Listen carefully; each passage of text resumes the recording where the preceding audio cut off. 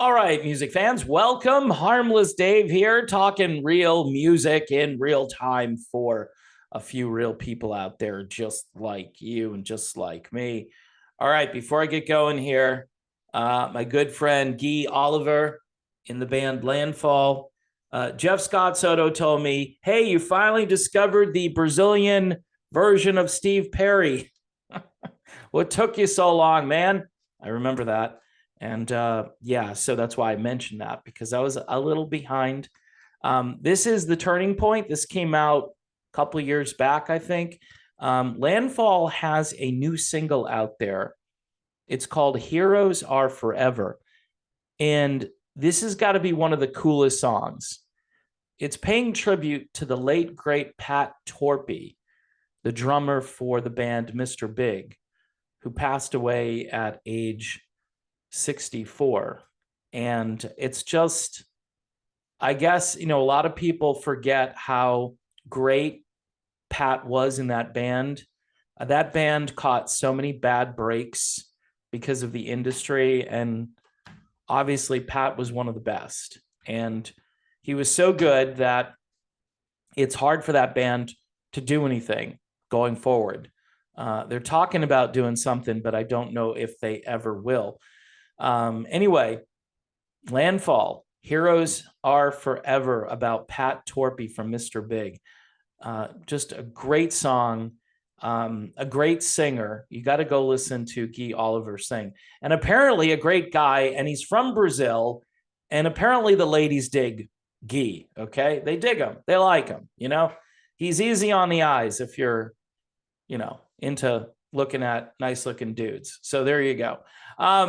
Speaking of Journey and guys that sound like Steve Perry, Arnel Pineda, right, has been in Journey now for quite a long time, since what, 2007? So 15 years? That's a long time. It's a long time for any lead singer to be in a band. And I've noticed lately that there's always a lot of chatter when Steve Perry resurfaces, right, from being away. And he's got a new Christmas song out there. And it's getting mixed reviews. I'm just going to be honest.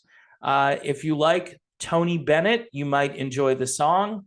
I, for one, am a little indifferent to the song.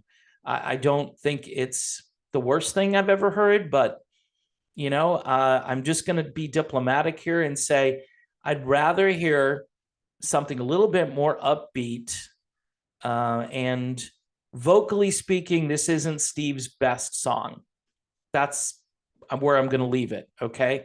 It's too bad that there isn't a rock and roll Steve anymore. It doesn't seem like there's a rock and roll Steve.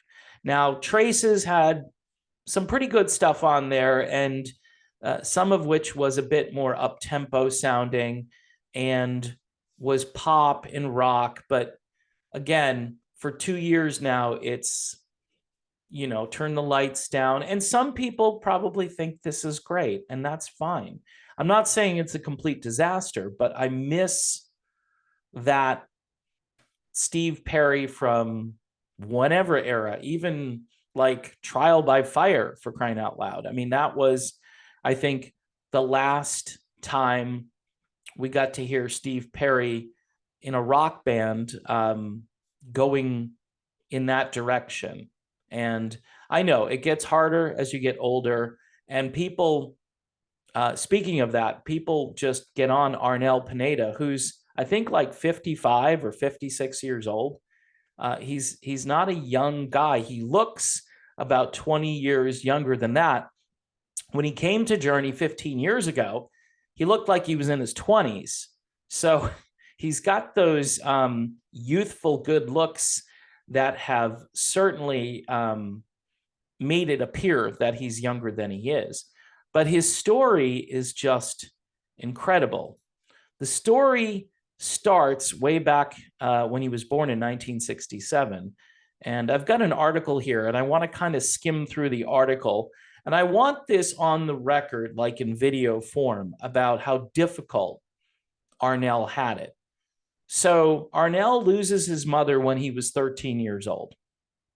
And his mother apparently really instilled a love for music in Arnel Pineda. Now, when Steve Perry is heartbroken when his mother dies back in the 1980s, and he wasn't 13 at the time. Imagine losing your mom at age 13. It's like, whoa. His mother's name was Josephina. She had a serious heart disease. So all the efforts to save her failed in the end. The family, already devastated by her passing, was also in considerable debt. So this is a third world country. There's no candy coating the fact that the Philippines are a third world country, and the people at the top have all the money, and the people in the streets are scrapping to just earn a living and make ends meet. It says here, from then on, the family started to fall apart. They could not pay their house rent, and apparently Arnel's dad could no longer cope with this burden. Arnel left school to work to ease his father's pain a little. This is how he started living on the streets for about 2 years, sleeping anywhere he could, whether in parks or on a friend's couch. He collected and sold recyclable materials and cleaned ships to survive. However, his passion for music was always there for him, which, again, we heard a lot about how Steve Perry lost his passion for music. He just lost his passion for it. Whereas Arnel, even in the darkest times, still had a passion for it. After several failed attempts in the early 90s, Arnel and his friends founded Intensity 5 and then New Age. These are bands that he was in. Pineda had begun to reach a relatively small audience. Years passed, and after one solo album and many different other projects, the Zoo formed, which could change his destiny forever. After the Zoo released its first album, Zoology, their cover songs were already circulating on YouTube. The members of Journey were looking for a new vocalist at the same period, since Steve Perry had left the band. Now, the article, of course, doesn't mention that Steve Perry was basically pushed out of the band. I don't want to use the word fired, but it was a split, and I've covered that in too many videos. Here it says it was going to be difficult to fill his place, and they had a really long list ahead of them in finding a vocalist. The internet came into play, and we all know the story about how Neal Schon discovered Arnel Pineda on YouTube. Soon after, Pineda received an email invitation from Neal Schon to try out for Journey.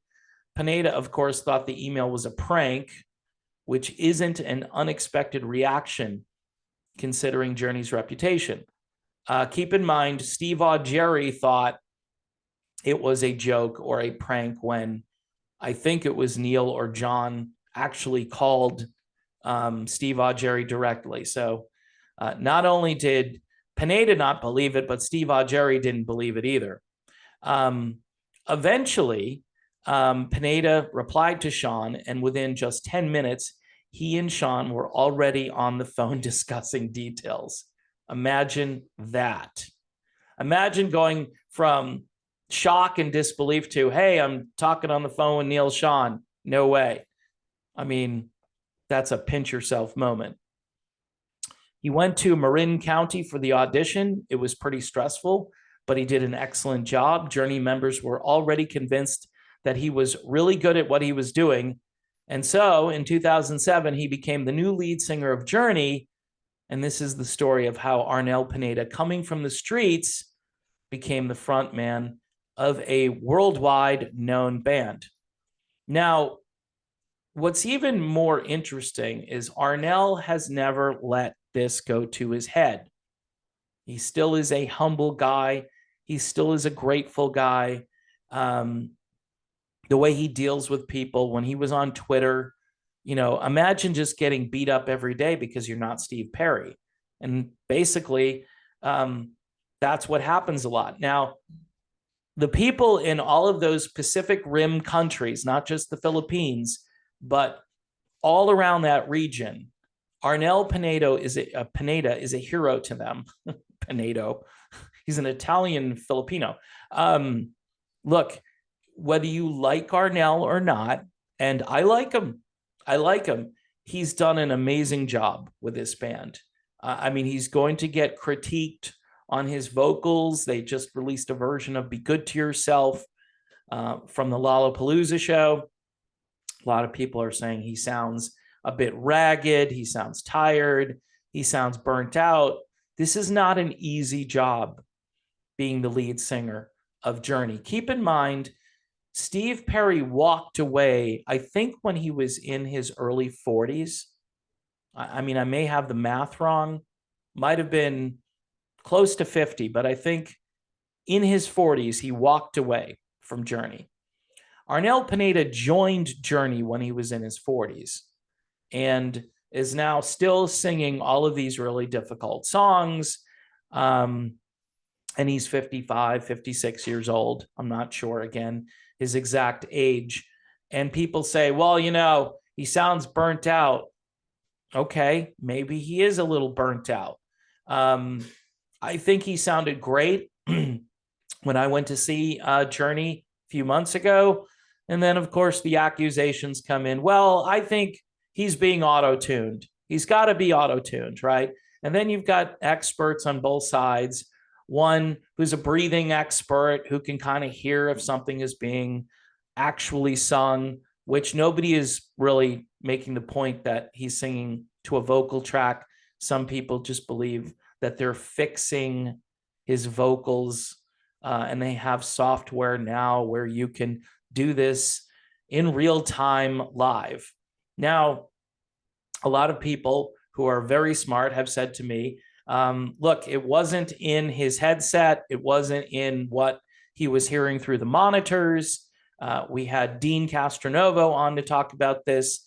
Some people are telling me that this was more psychological, and he probably sat down with someone who tried to help him through these struggles, and maybe some of it was just in his head, where he thought, I can't do this anymore.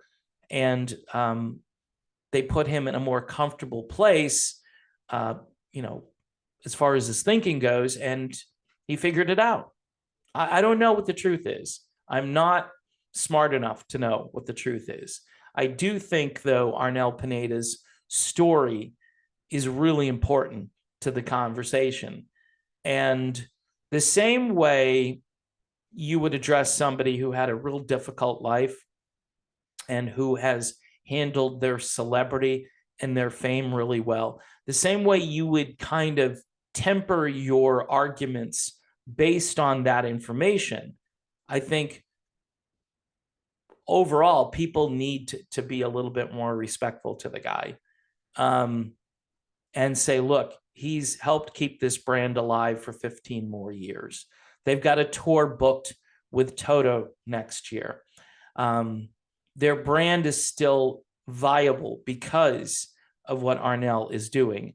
And so much so that there is a power struggle. There's a financial struggle for trademarks and as much revenue as you can possibly get, based on the fact that Journey is going to be around for a long time. And even when they're not around, their music will continue for a very long time. It's almost like, okay, we could have stopped driving the car in 1988, just put the car in a ditch and said, this is it. This is where Journey is, where the other, old rock bands go to the musical junkyard. We just put the car there and that's it. Arnel gets in the car, actually Steve Augeri gets in the car, and then Arnel gets in the car and drives it. Don't forget about Jeff Scott Soto, who is there as well. Everybody gets a turn driving the car. And maybe they're not driving the car as well as Steve Perry used to drive the car. Overall, you could say that, right? It's not a stretch to say that, but they're still driving the car. The car is still on the road. And who knows how far that car continues to go. And I think we all should be grateful and thankful to Arnel Pineda and also to Neal Schon, who took a big risk pulling this guy out of a third world country, seeing him on YouTube and thinking to himself, yeah, this might work. And there were a lot of other great candidates for Journey. My friend Hugo Valenti, who's just a great singer, who I think could sing for Journey right now, who looks maybe a little bit too much like Steve Perry, but people say, so what's the problem with that? I go, I don't know. I don't know, other than apparently Neal Schon was a bit spooked by it all and didn't want to look over his shoulder and think he was seeing Steve Perry. Maybe because there was such acrimony there, he didn't want to be reminded that Steve Perry, had done all those things. I don't think you need reminding because you got lawsuits or you got, financial conflicts that will probably go on forever. But look, Arnel is a decent guy. He's a nice guy. He came from really humble beginnings. That's kept him grounded. I always have to remind myself too about this guy's journey from literally from rags to riches. And he doesn't seem to complain about things. He's not out there saying nasty stuff about other people. He plays for the team. He knows that Journey is a business, and I think he's trying to be as good of an employee as you can possibly be. That's the way I look at it. And even Dean Castronovo too. He's playing for this team. He's being a good employee, and they're just trying to keep the car on the road, man. That's what they're doing. So anyway, super long-winded video. Not sure that made a lot of sense, but when Steve Perry is in the news, I like to remind folks that Arnel Pineda is a really decent guy. And, nobody's going to tell you with a straight face that Arnel is a better singer than Steve Perry. That's not the issue. The issue here is keeping the brand going. And you found somebody who works hard, who wants to do what's right, and who is very grateful for where they are. So I think those are really important characteristics. And sometimes those characteristics supersede some of that raw, old, pure talent that we used to see out there that's not coming back. You have to kind of be objective about it. That talent isn't coming back. It just can't. Physically, it can't unless, they find the fountain of youth. And I'm still hoping and waiting, but it doesn't look good right now.